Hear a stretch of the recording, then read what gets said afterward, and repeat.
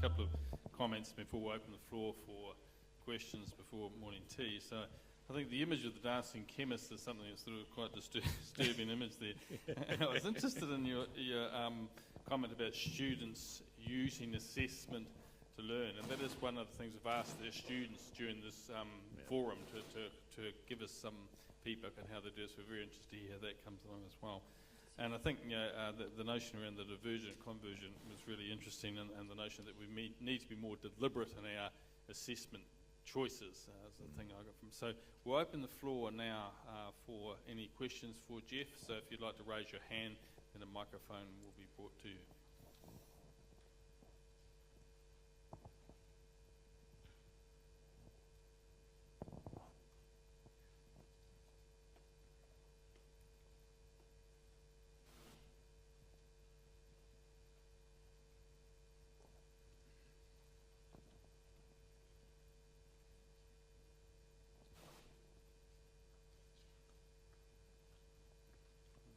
Question coming from a chemist here. So. Thank you. Thank you, Professor Geoffrey, for excellent presentation. And of course, the chemist is presenting and chemist is also chairing, so it's unusual if a chemist will not ask a question. You presented, and especially as you talked about the use wider variety of tasks. From my experience while being here, my previous external advisor has been visiting our school and especially the chemistry. Then we have found, and their recommendation, that we should minimize the assessment, because we used to have more assessment, probably assessment tasks. So, but at the same time now you presented that use wider variety of tasks. Does it mean that more number of assessment or something else? Yeah, like, it's a very good question, and we also but debate this in our university as well, about how many assessment tasks should we have for the students.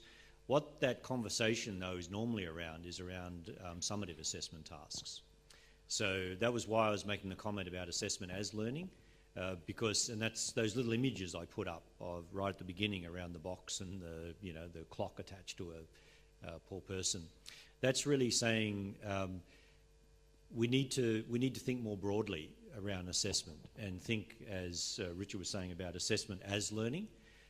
So at the moment, and this is why game-based learning, I think, is so important to us to think about in terms of the design, because in games we do the learning, the feedback, and the assessment are not separated by time and space.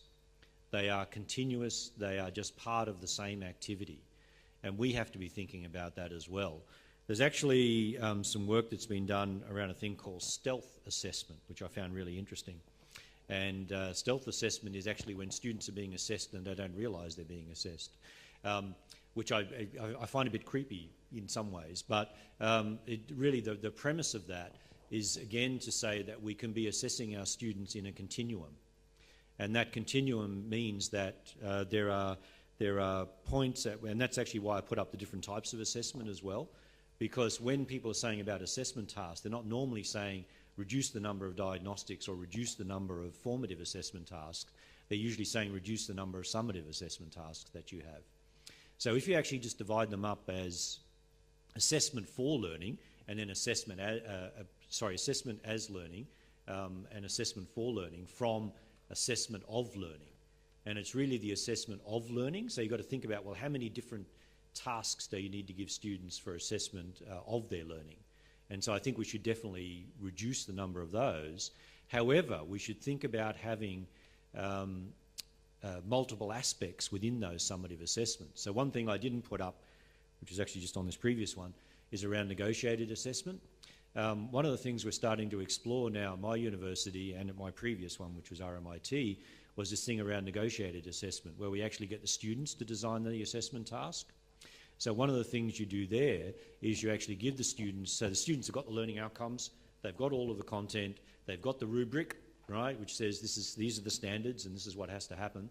And then you put the students into groups and you say to the students, now you design a task that you're going to be able to do, which will show us that you meet the standards and that you meet the learning outcomes. That's actually a very powerful way as well of joining together the assessment of learning and the assessment as learning, right, by actually allowing students to help design those tasks. Any other questions? Yeah, I'm Nilesh from School of Economics. Thanks for your presentation. You talked about the financial realities against some of these innovations, especially the ICT-based innovations, which seems to take us back to the same age-old problem of finance and innovation. So how do we incentivize innovation if finance remains the backbone of innovation, especially in teaching? I mean, small innovations in teaching do take place every now and then.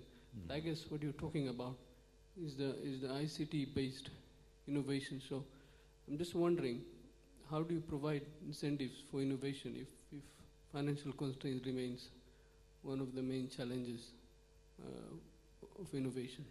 And look, that's a very good question. And every university likes to have its shiny things. So my university loves to have shiny things to be able to show. And something like the Play Med and the Play Economics and things like that, that's what I put those into our category of shiny things that we like to show off. And it's great when you get to come and do talks like this and show off the things that your university can do, but they're very expensive. And I wouldn't do those for all of our courses, nor do our courses have to always have something like that. I think one of the things that we need to think about is just about everything I talked about today can be done for low cost if you design it into low-cost activities for the students. So not everything has to come with a high cost. You can still use the same concepts, the same thought processes, and actually the same design principles to put into much less costly activities. And that's actually when I was saying about the flexibility bit. Flexible learning is actually in the mind. It's not in the technology. The flexible approaches to assessment is actually in the mind. It's in the design part.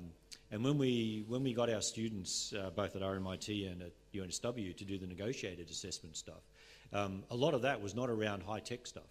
That was about often simple things that the students often came up with,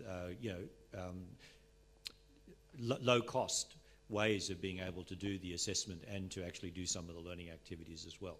So look, I do agree that if you want the shiny things, it's going to cost you, but I don't think we should always assume that we have to go to the shiny things to be effective. Okay, probably time for one more question. Yes.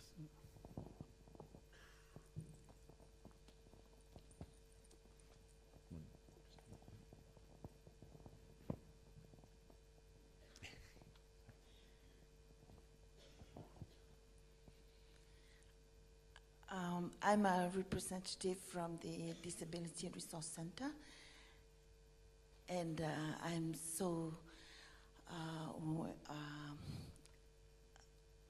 happy with, very grateful with the presentation that has been presented, and I'm just wondering if with this assessment, is it be access to students with disability? Yeah. And look, that's a very, very good, thank you for the question. I think it's really important. So probably a couple of things there. One of the things that we're doing at the moment at my unit, and look, we are not perfect with the way we do things, but one of the things that we have done is to employ students with different levels of ability to be able to help us design and redesign some of our learning activities and some of our assessment tasks.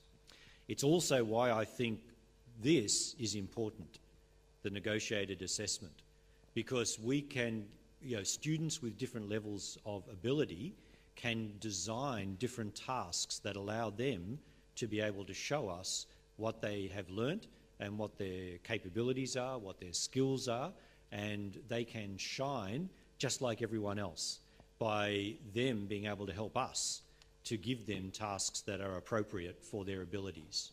So I agree that it's really important, but I think what's most important is for the institution to accept the idea of things like negotiated assessment and the fact that we can have different formats for the assessment. Often I see in my university where we think that we have to lower the standard of the assessment for people with different abilities. But when we bring people in with those different abilities and say, help us design tasks that are appropriate to you, then we find they have very high standard. And I'm so impressed with the different things that people are able to do when we allow them to shine in their own environment. Folks, we're just a little bit behind schedule, so I think we might wrap things up there. So I'd just like to thank Jeff for a very fascinating talk. He's presented a really serious challenge to us. I think, in all my experience in academia, I think assessment is the thing that every place I've been, everyone sees as a challenge, and I think particularly the notion that Jeff mentioned about the future focus of assessment to ensure that we're assessing students appropriately so that when they go out into the workplace they have the skills and the future focus skills in that as well. Would you please join me in thanking Jeff for a very fascinating talk. We will now have a morning tea break. If people want to meet Jeff, there'll be time when he's circulating. He's here for the next for today and tomorrow. So if you want to contact my office, then we can help arrange to meet for as well. So we'll have a break now. Come back at about 10:40. Thank you.